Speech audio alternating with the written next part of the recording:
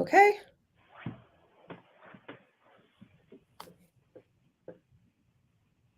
And we're live. It is Monday, May 9th, 5:03 p.m. Eastern Time. I am in DC. Scott Shapiro is in New York. Scott Hershovitz is in, I'm assuming, Ann Arbor, Michigan. They coordinated their shirt colors to confuse you. It's really good, guys. Nice lavender. Do we call that lavender? Yeah, that's true. We Scott, I mean, I might as well say it, right? Because but like we always coordinate our clothes. I feel like this is how it started. Even we're not going to see each other. Yeah, no, like, I mean, with the hair and the beard, like it's like how it started, like how it's going. It's just like it's perfect. Yeah. So I would just say that when Scott's first talk at the University of Michigan, he said, "Hi, I'm Scott Hershovitz. The other legal philosopher is Scott Shapiro. The way you can distinguish the two is that," Scott says about himself, "I'm handsome Scott, and he's haggard Scott." I was trying to displace a convention that was growing up at the law school where he was being called Big Scott and I was being called Little Scott. Okay. And I just thought like handsome and haggard is actually going to be an easier way to sort us out going forward. Yeah. And also I was, right. I was like, even I may look haggard now, although I think right now it comes off as rugged and wise.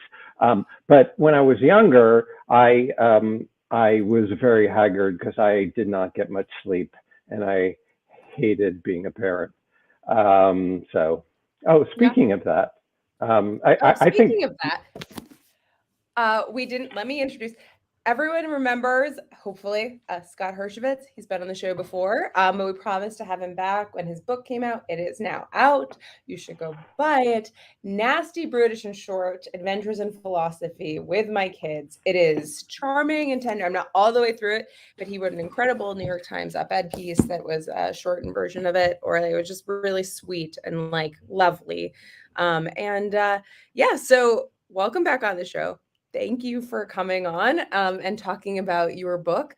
I don't know, where do you guys want to start? I would love to start selfishly with basically how you came up, how you did this, managed to do this so well, given that everyone kind of has kids and has this kind of moment where they're like, my kids teach me everything I needed to know about my field, my life, my whatever. But you do this excellently. It's not derivative. It's not like that. So I kind of am curious, like, how did you get over actually that hump? Like, this is the type of thing that I would like say to myself, like, oh, somebody's done this. There has to be like, right? Does that make sense? Yeah, well, I mean, I think it's like mainly that I just took my kids seriously, right? So lots of people have that moment where their kid has said something cute or their kid has said something that's really striking, and I just treated my kids very often like they were students in my class, right? Like I would tell them about the cases I teach and we have conversations about them, or if one of them said something at dinner, like I wonder if I'm dreaming my entire life.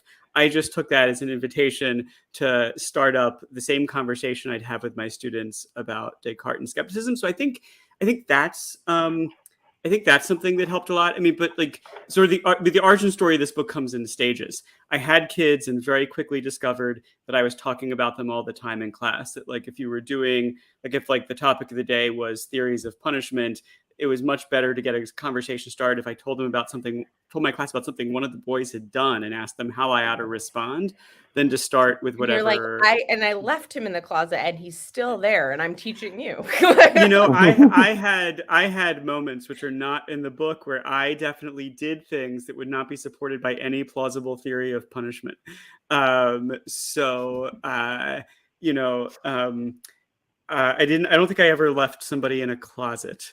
Although our oldest Rex is actually like preternaturally good at hide and seek, and he like He can Wait, hide. because he like physically can like fit himself into weird spaces, or because he's very clever, or like because he's actually a chameleon and can like, look like a leaf or something. He's bigger now. We haven't done it in a long time. He's 12, but when he was younger, like he could fit himself into weird spaces, but he was really committed to the bit.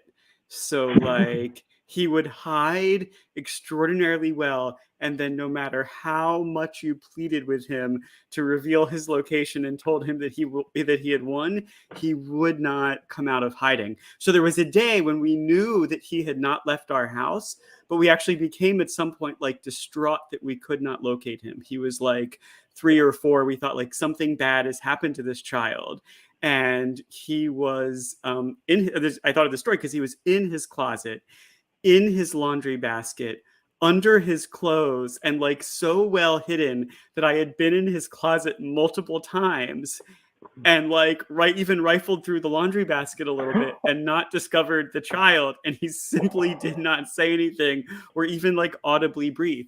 We also had an incident like at a botanical garden where he watched like multiple adults and children running through, screaming his name, looking for him with glee because he thought he was succeeding at like hiding himself. He was winning the game.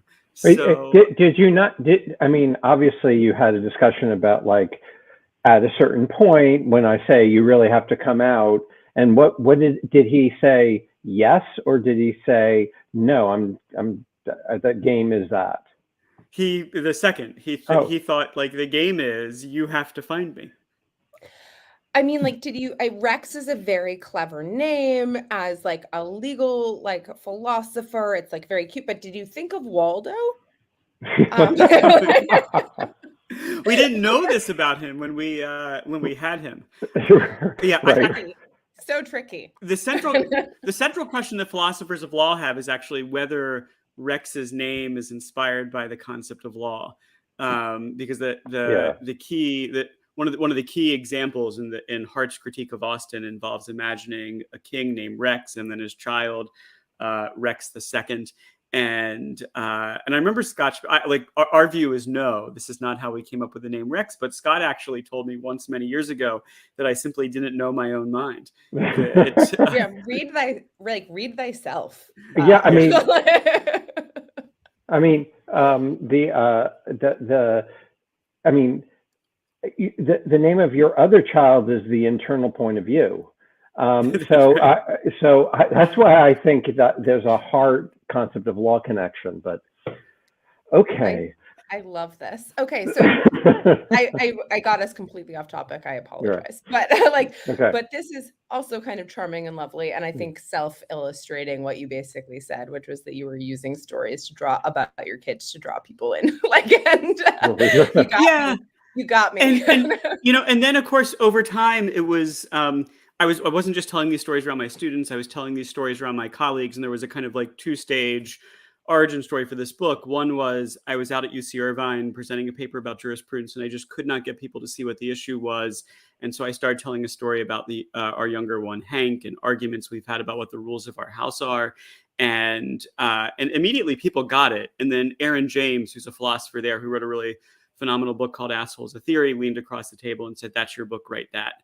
So Aaron was the first person that planted the seed, but I promised like the connection to Scott here is I carried around this thought then, I could do this bit. I could write about my kids as a way of introducing people to questions in philosophy for years until I met up with Scott for lunch in London. And I only knew 2 philosophers that had written trade books. I knew Aaron and I knew Scott. And so I said to Scott, "Hey, let me tell you about this idea I had." And Scott laughed throughout the lunch. And was the first person that made me believe that I was onto something, and then helped connect me to an agent. So that is why this book exists, is lunch with Scott. Yeah, I would just say. So can I just say, like most, when a fresh, an academic says, I want to write a trade book, or I'm thinking of writing a trade book, or something like that, 99 times out of 100, they don't actually know how to write a trade book or what human beings want to read.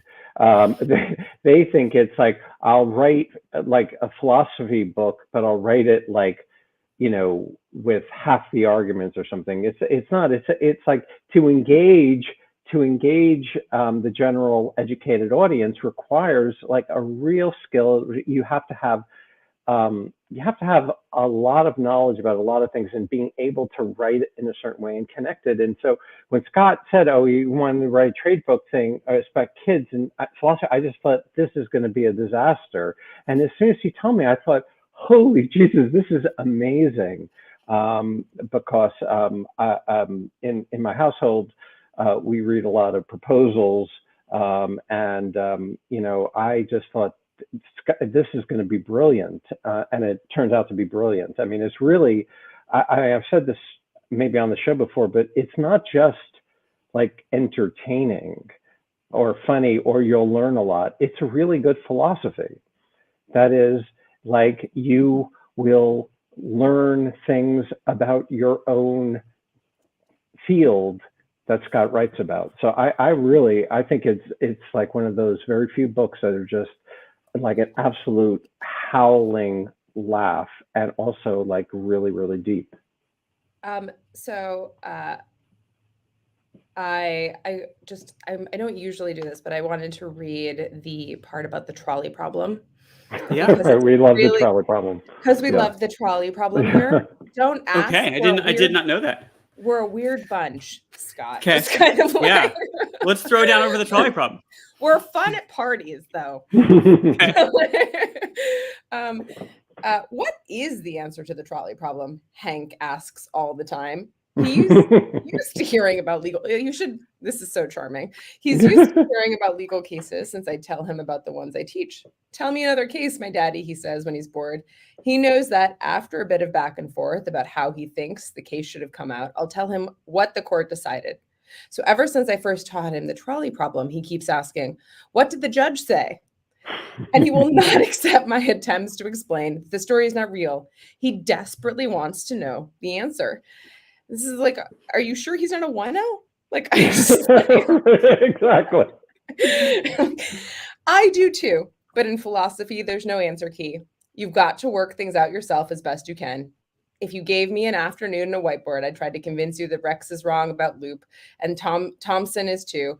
I'd argue that the extra bit of track does make a difference. I'd throw new cases on the board, and I'd defend a version of the Kantian idea that we're not allowed to use one person to save five. Once they'd wrapped that up, I'd spring my surprise. In a roundabout way, our collection of cases sheds light on the debate about abortion. If the state forces a woman to carry a pregnancy to term, it's using her body as a means to an end. That's not permissible, even when a life is at stake. Or so I'd argue, as I said. It would take a while.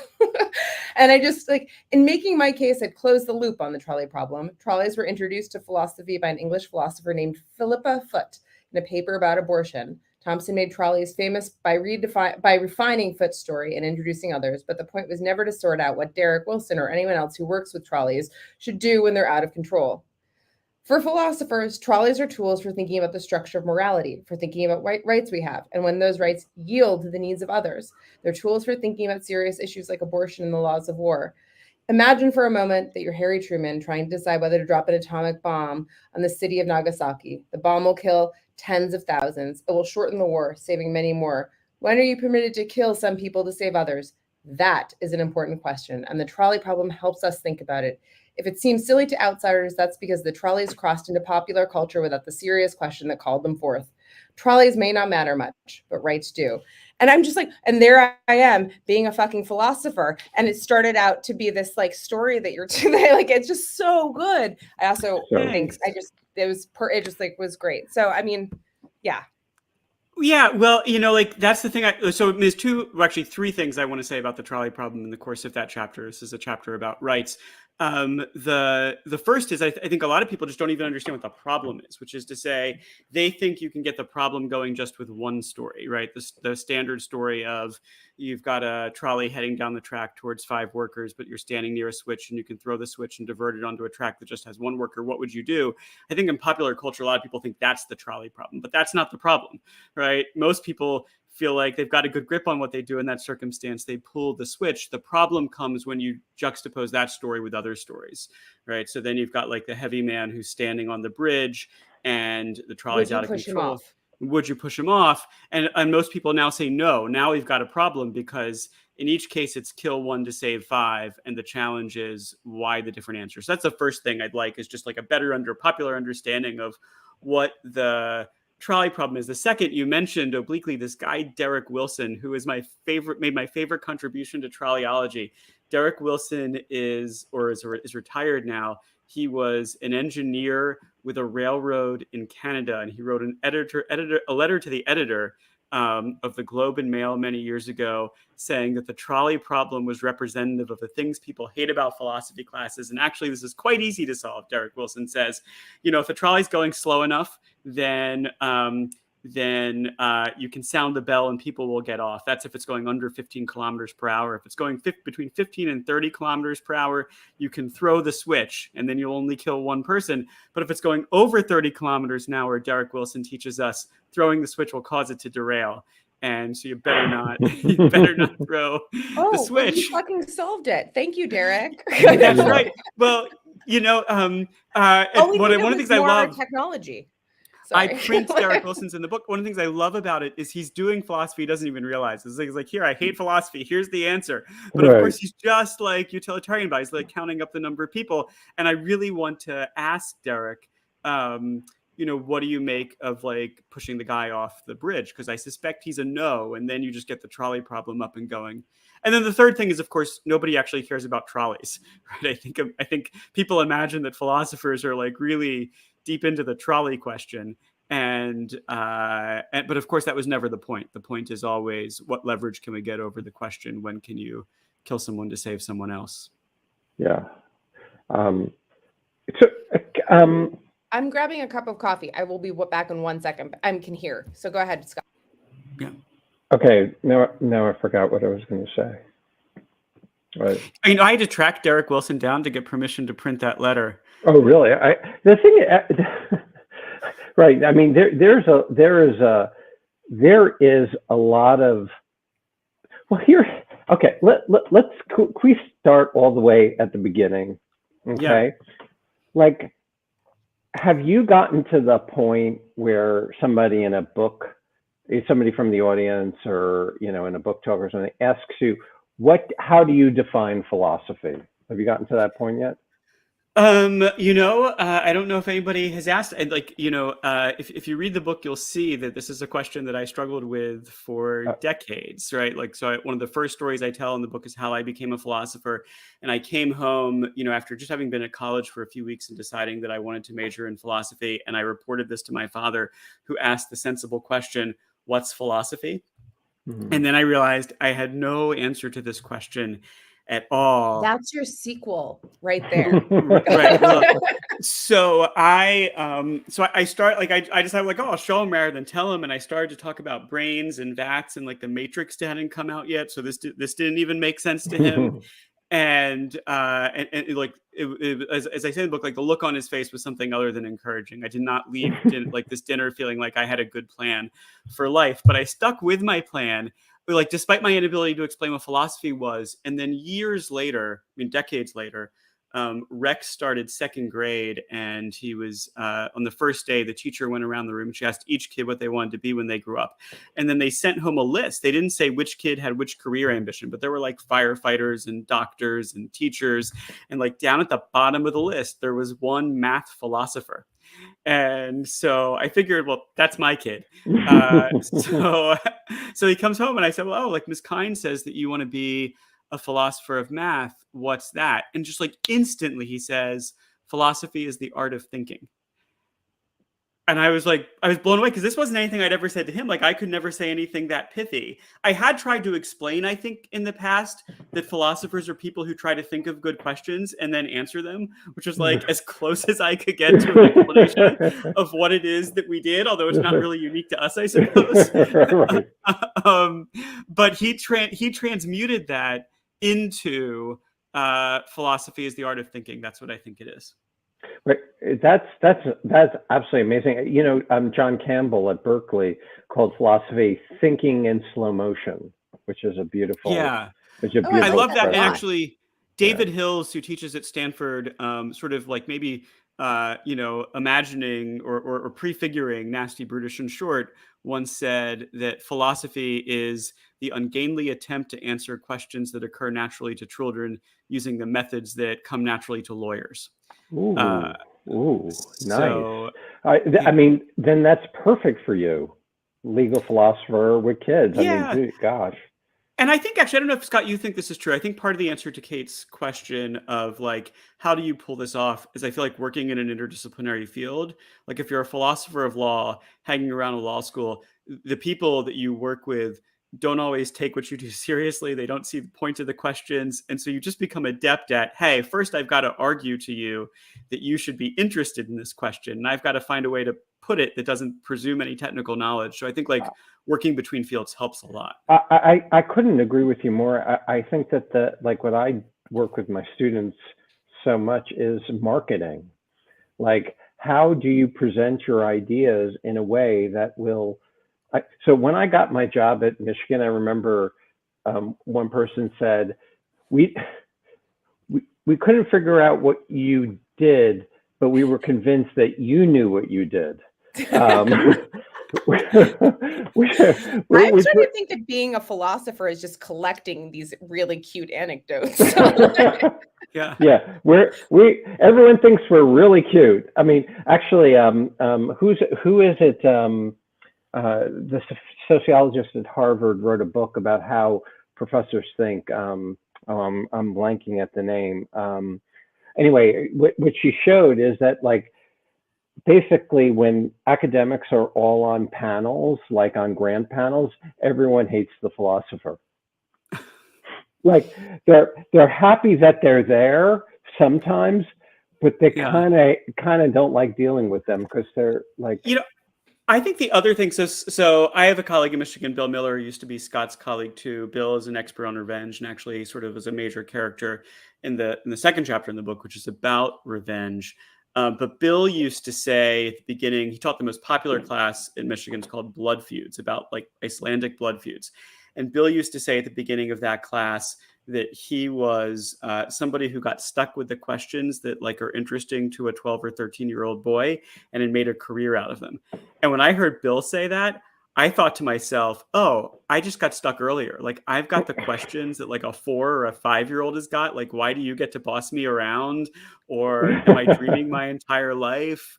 Or And so I think philosophy is like the point of the book is really to help people see that kids are really phenomenal philosophers for just this reason. Like they've got these kinds of like they're dropped into the world. They don't understand anything. They're puzzled by it. They're trying to puzzle it out.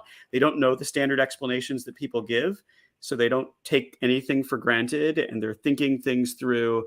And Scott and I and lots of other philosophers just got stuck there. Right. Fixated. We're fixated. It's like something happened and we never learned that saying, but why, is really irritating to most people most of the time. It's not the most appealing to whichever group you're trying to attract. I took, so I'll tell you, what is really funny is that I have now decided that maybe I am kind of this weird version of a philosopher and maybe I have some type of identity with this. I mean, maybe we all do, but I'll tell you exactly what turned, because I am the person who always asks why and why and why and why, but like with a pragmatic bent also.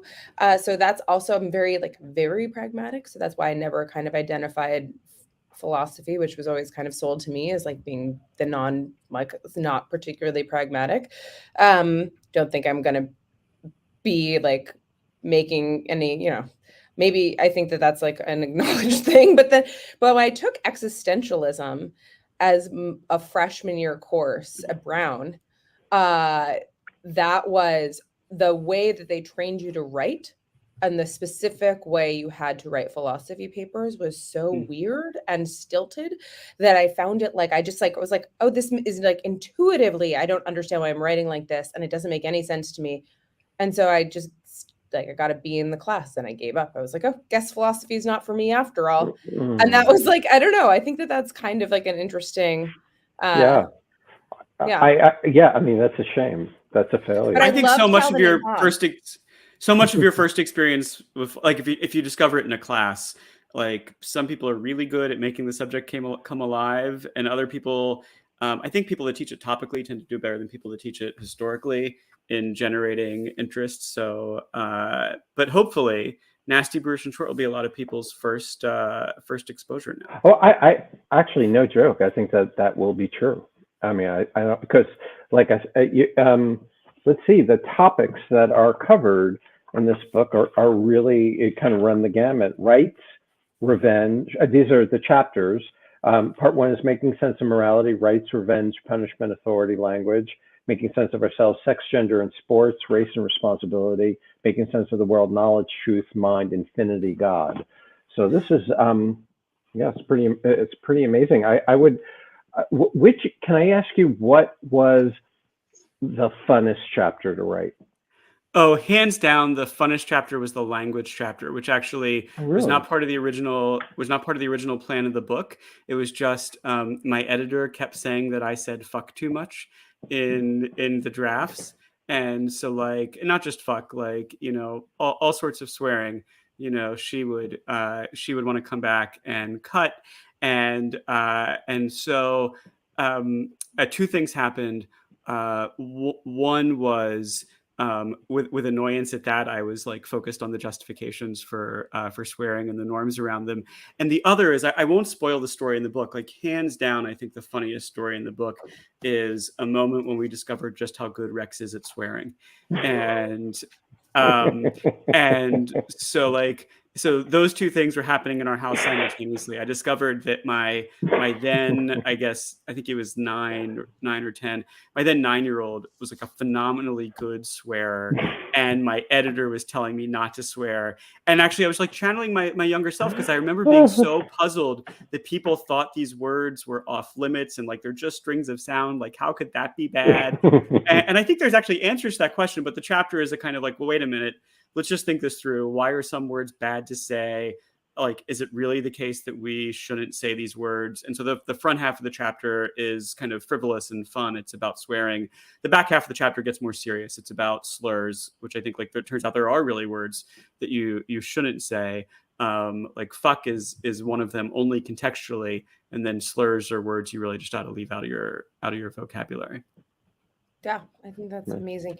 Actually, so Richard has a really specific question about gender, which is, I thought, awesome. And so I'm going to go to his question, just because it was timely with kind of going through the chapters of the book.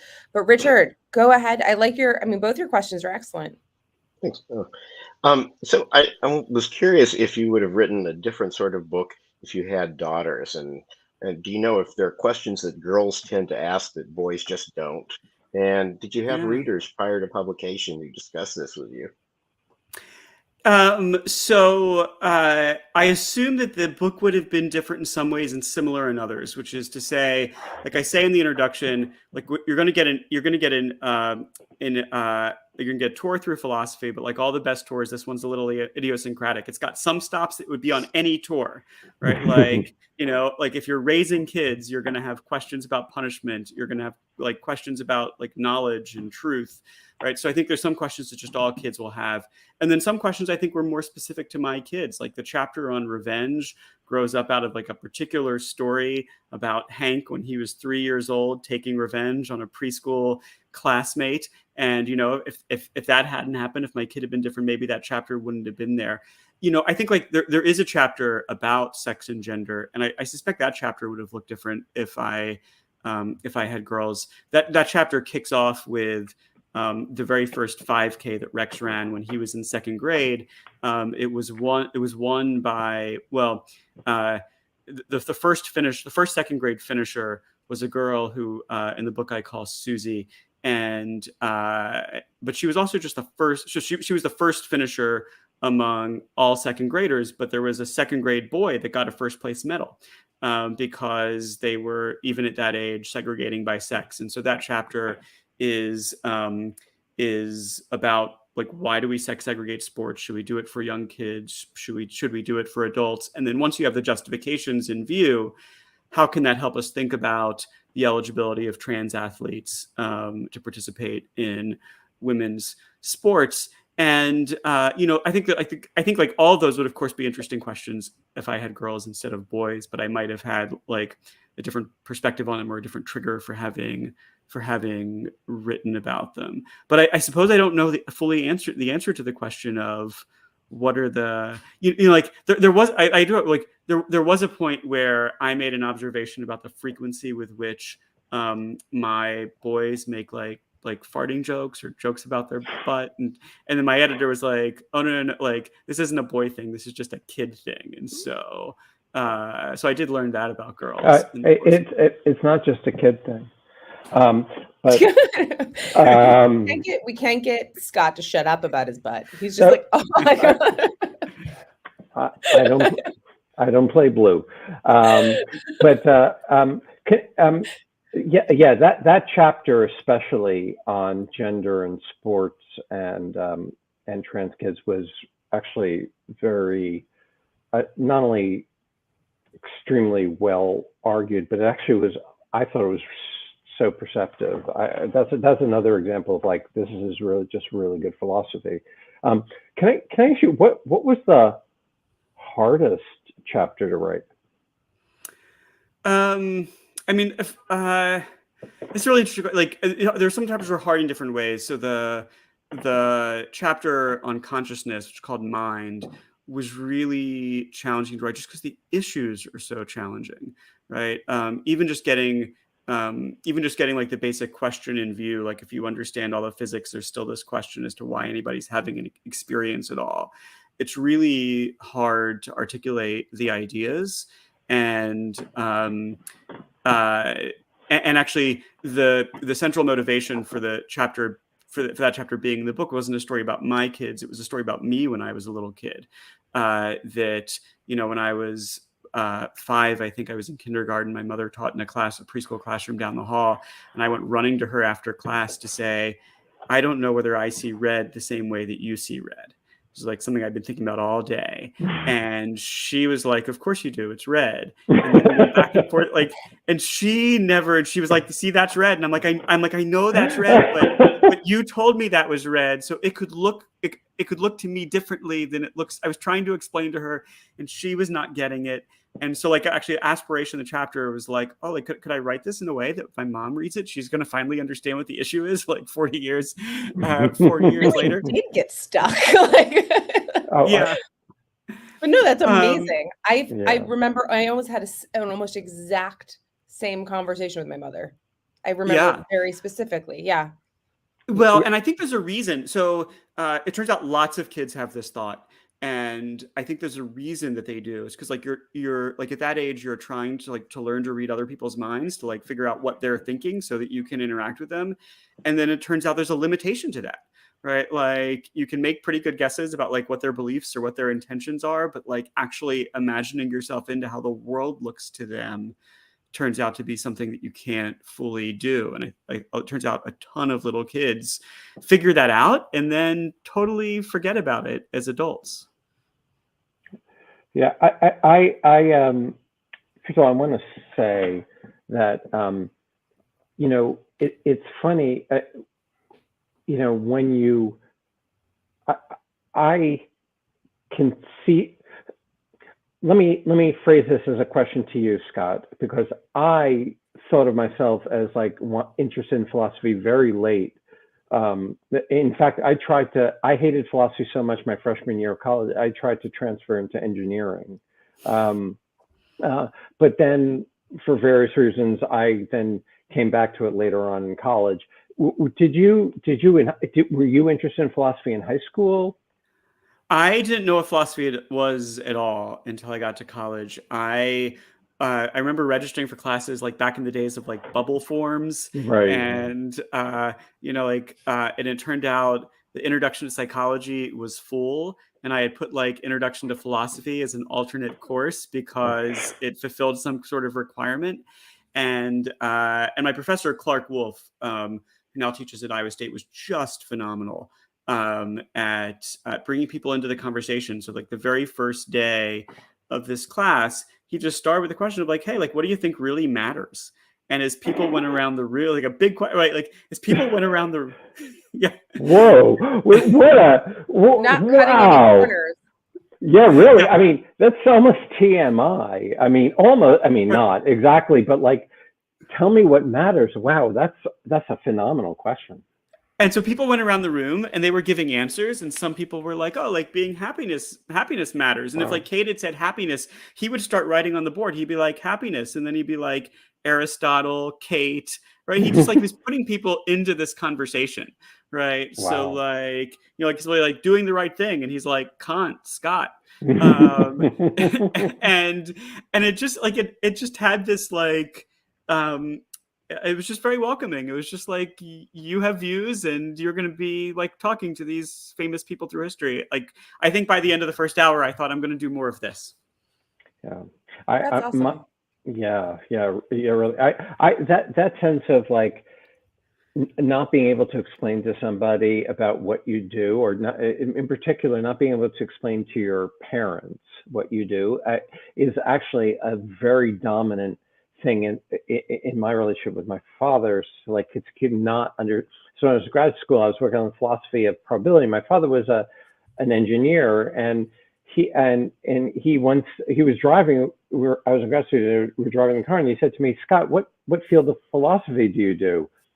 And I was just shocked that he was interested. And I said, "I work in decision theory and the philosophy of probability." He goes, "Oh." I said, "Why do you ask?" He goes, "Well, somebody in the carpool asked at what field in philosophy your son studies." And I said, "I didn't know philosophy had fields."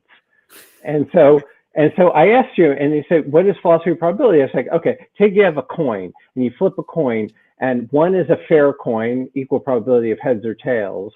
The other one is an unfair coin. It's like strongly weighted to heads, like 90% to heads, 10 to tails.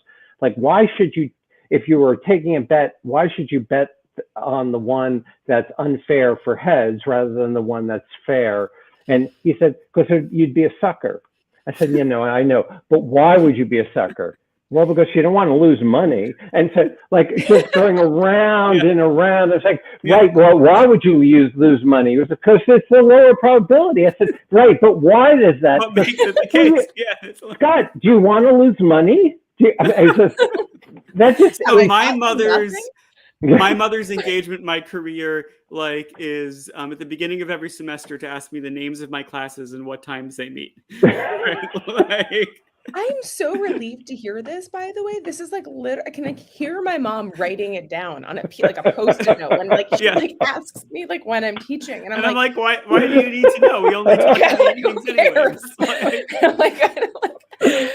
I want to push back on something Kate said earlier. Kate said philosophy, it cast doubt on like the pragmatic uses of philosophy, and I think like there's like questions in philosophy that I don't think have practical upshots. Like Scott and I are like interested in what law is, and I think that that question moves like pretty independently from lots of substantive questions in law. And I've had conversations in the past with Kate, who was interested in the relevance of jurisprudence to a project that she was working on. And I was like, yeah, don't spend your time on jurisprudence.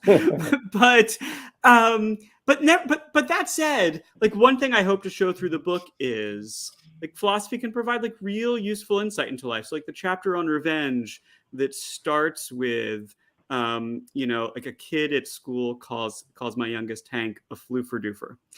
And actually, like this comes out like over the course of like a weird conversation where he says, yesterday at school, Caden called me a floofer-doofer, and then Kelly, his teacher, he said, my teacher Kelly came to talk to me, and I'm like, well, did she talk to Caden too? He says, no. I said, well, why not? He said, like, she came to talk to me, and it becomes quite clear, like through like his elliptical answers, that he did something to Caden after Caden called him a floofer-doofer. But like he will not say what he did. Yeah. So, well, he did not wither under extraordinary questioning. So I had respect for his ability to maneuver the cross-examination. But at some point I say to him, Hank, did you think it was okay to do something mean to Caden because he did something mean to you? And he just looks at me like I'm stupid. And he's like, yes, he called me a floofer-doofer.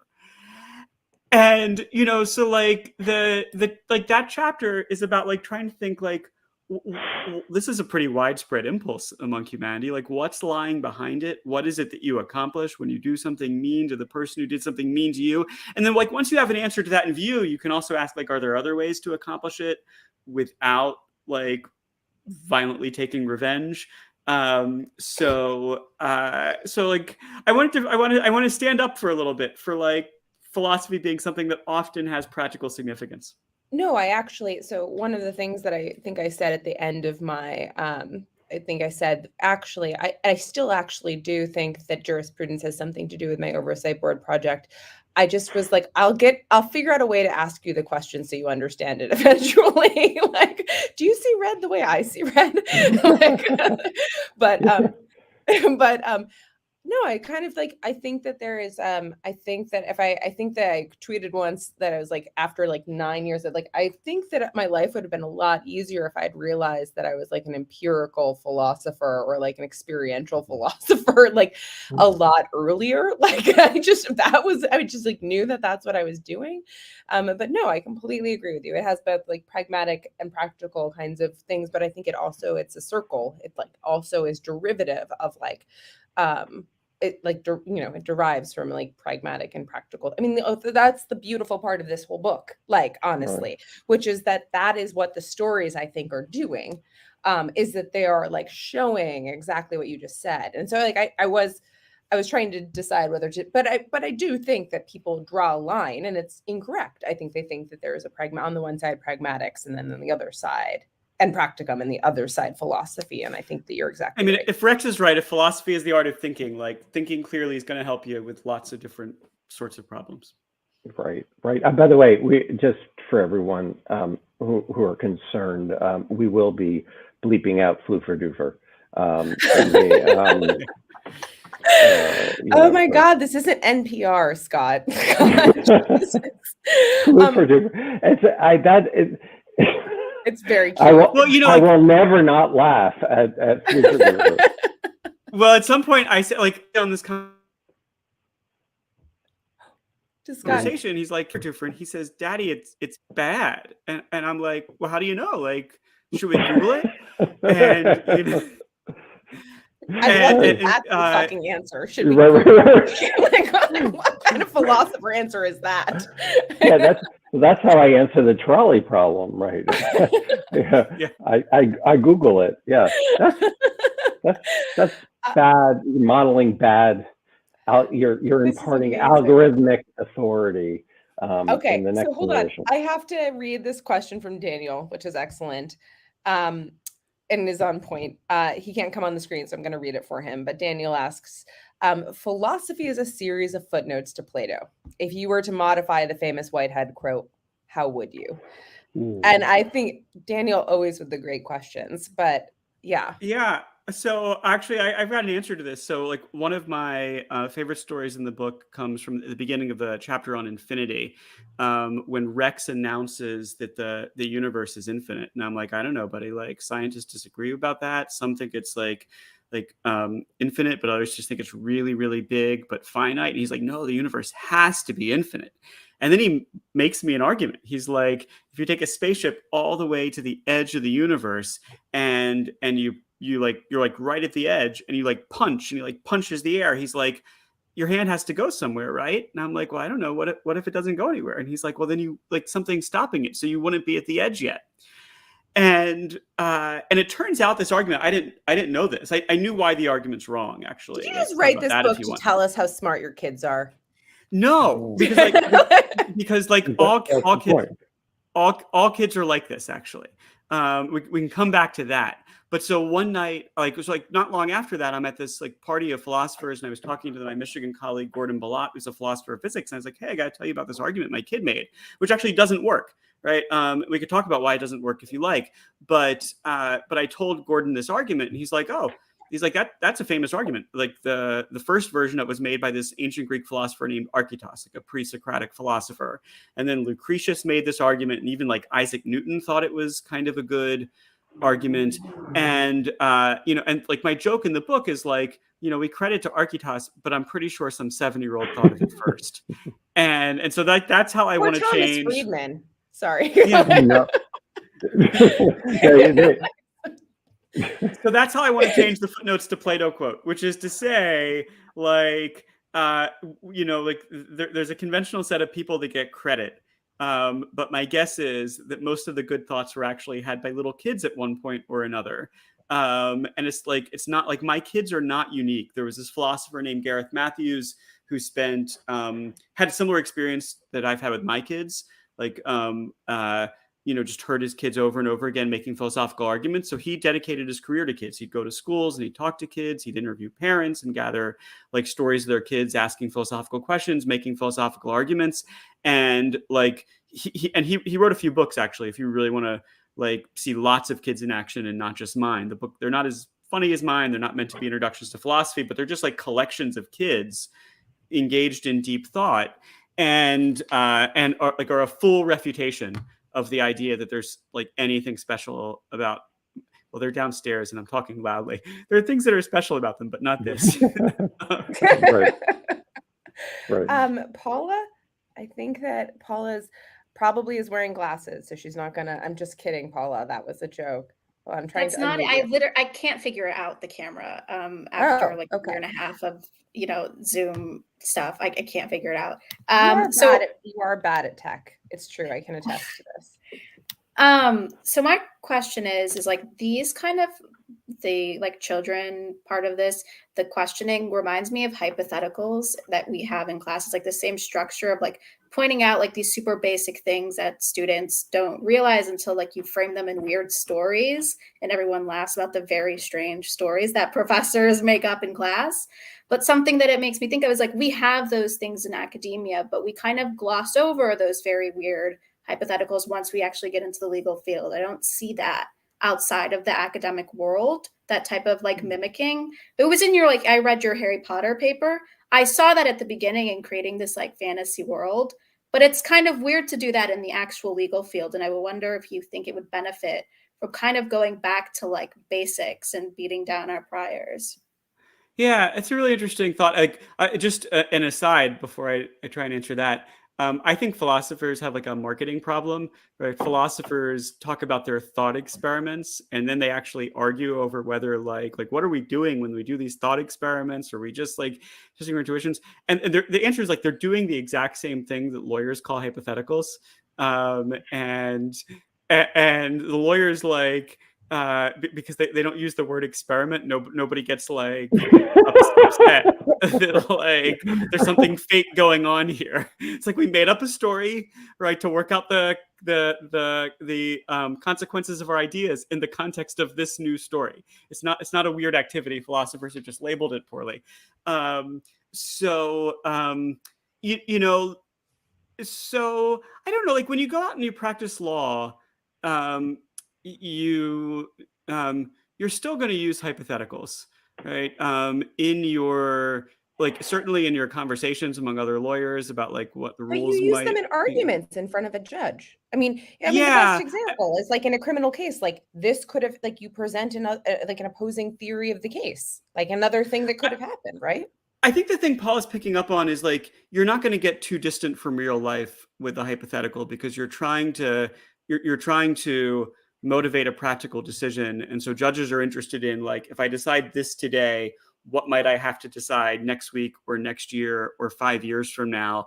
And so like a story which involves like a trolley that is like moving on a track and the track is attached to a lazy Susan and somebody can spin, like that's not the kind of thing that they're ultimately worried about. And so you're like the range of hypotheticals is maybe going to be narrower in court than it would be in a philosophy classroom or even in a law school classroom.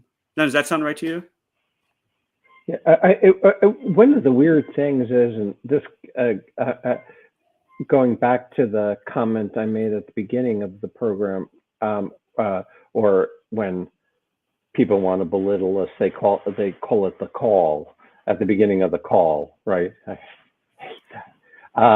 But the thing is that academics, like legal academics, philosophers, when they think of hypotheticals, they try to take away all the details that are extraneous and just leave what they think are the normatively significant ones. Whereas when you're writing for a general audience, like you have to, was the person wearing a hat? What color hat was the person wearing? What time of day was it? What was it, a trolley, were they in San Francisco? It's a completely different way of thinking about how to write for an audience. There's a moment in the book where I'm trying to present to my boys this old hypothetical from Kant, if there's a murderer at the door, and you're hiding the person he wants to murder in your house, can you lie to him and say the person's not there? And so I'm telling my kids, I'm like, you're hiding someone in your house. And Hank cuts in, he's like, what's his name? And I'm like, okay, his name is Jim. And I'm like, and somebody knocks on the door and Rex is like, okay, what's his name? And I'm like, Bob?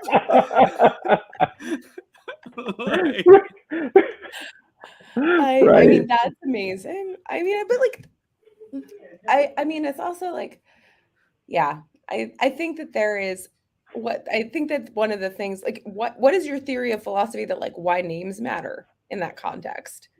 Yeah. Why do kids reason? So the other part of this that I think that is that I'm excited with the book, and maybe you talk about this, and we have to wrap up in 5 minutes, but is I have a lot of I have friends who do cognitive psychology, adult, early childhood development psychology and cognitive science. And they're brilliant, and they're Brown and Harvard, and they're doing all of this amazing work. And so there are some answers. What is kind of the relationship between empirics and philosophy in this way? This is something, so Jack Balkin used to say to me all the time, well, it used to be that philosophy was or science was the handmaiden of philosophy. And then now science, philosophy is the handmaiden of science. And I was like, what's a handmaiden? But also but I love this, I love this question. Yeah. The chapter on infinity offers a view as to what the relationship between these fields are. Historically, the sciences are an offshoot of philosophy. One by one, as new tools are developed for addressing problems that people just used to think about, right? Then people specialize in whatever those new tools are, right? Whether they're mathematical tools or experimental tools, but the suggestion I make is look, everybody in the academy, we're all just trying to figure things out using whatever tools are appropriate to the task. And sometimes the only tools we've got that work are just thinking about things really hard, thinking about the concepts that we use and how they relate to one another. And that's full on a part of science. So anytime you hear a scientist, Neil deGrasse Tyson sometimes does this, other prominent scientists have cast doubt on the utility of philosophy. And every time I hear them do it, I just think this is silly, because your project, even experimental projects, depends on at the end of the day, an argument that this method of mucking around in the world is a way of capturing a kind of knowledge. And if you haven't thought that through carefully, the fact that you do something in a lab does not save your work. So I would rather not see these things as antagonistic or handmaiden-y in either direction. It's just we're all asking questions. What are the tools that are useful for answering them? I love that answer. I also just want to say, I don't think Jack was saying it in a derivative way or trying to say one was better than the other. I think he was trying to say kind of what popularly is the trend over time about how people think about these types of things. Not that it actually was, but Can I make a very strong claim for the not just compatibility, but the essential partnership that the two have? So for example, I've I been do, all of my work is empirical, but in like it's becoming philosophical. Exactly. So, because the thing is, so I've been involved in a couple of empirical projects because my co-author Owen Hathaway is adept at them, and we've used them. And what I noticed is that, like, when we would go over study or when we would do our own data collection and analysis, is that the question was, how are you coding the data? Like, what goes in what box? How are you defining what each box is? And I felt like that's literally what I do. Like what goes in what box? And we're really good at it. Like, philosophers are, that's the one thing we're really good at. Like, oh, you're like, you can have 4 boxes, and like this box would be this, and that's enormously important to like good data collection and analysis, is having good boxes. So I actually think that they're really quite compatible. Scott, this has been absolutely amazing. You are blurbed by some of our favorite people who have also been on the show: Emily Oster, Jordan Ellenberg. This is just kind of, this is amazing. This has also been fun. I feel like I could have you on every day to talk about your kids. They're actually, if you need a babysitter, I'll let you know when I'm coming to Ann Arbor, and I'll be like, okay, now say really cute, clever things that I can write a trade book about. Well, I tell you what, if you have a favorite chapter, like once you finish reading, I'll come back and we can talk about that chapter. I would really like that. I have a sneaking suspicion it might be the infinity one, but it might also be the sex and gender one. And you know what I'd love to have you do is come on and talk with who's come on the show before, Noah. Oh my God, I'm just like about to forget his name, but he's now an anti-doping. He's a former Olympic cross-country skier. And he just graduated from Brown, which is my alma mater. And like, we have been close for some time. And Noah Hoffman, there we go. And anyways, but he is really involved in this question. And I think he would benefit from a conversation with you. And he's like advising helping on all the advisory committees for like the anti-doping agencies and like trying to figure out these lines and things like that. And so anyways, it'd just be really fun to kind of put the philosopher and the pragmatist together. And I think you would like love to hear what you have to say. So awesome. Cool. Let's do it. Yeah, that sounds great. The book is Nasty, Brutish, and Short. I'm going to drop the link one more time. Go and buy it. Scott Hershovitz. Sorry. Scott, yes. So just while the link is there, well, people can click it, is to say that Wednesday is Morel Day. Oh my God, we're going morelling. So we're going to do the show again on Wednesday. So we'll be back on Wednesday, May 11th. And that will be 45 hours from now. Yeah, something like that, give or take. No, 47. Whoops. Sure. And I'm going to wear my shirt that is that color. And we're going to do this. And Scott thinks it's the best morelling season in decades. Right. In terms of it's the precipitation departure charts are screaming morels. Is this like on location? You film it while you're wandering the woods? Oh, Scott, how have you not heard this story? Scott took me to New Jersey last year. We looked for morels all day in the rain, found one. It turned out to be a false morel, and even better, was full of ants. And we took it to a small restaurant we found in New Jersey that had both a first communion and at least 2 bar mitzvahs happening at the same time. And these ants came all over the table and were loud and like trying to film this. And it was a pretty incredible episode. The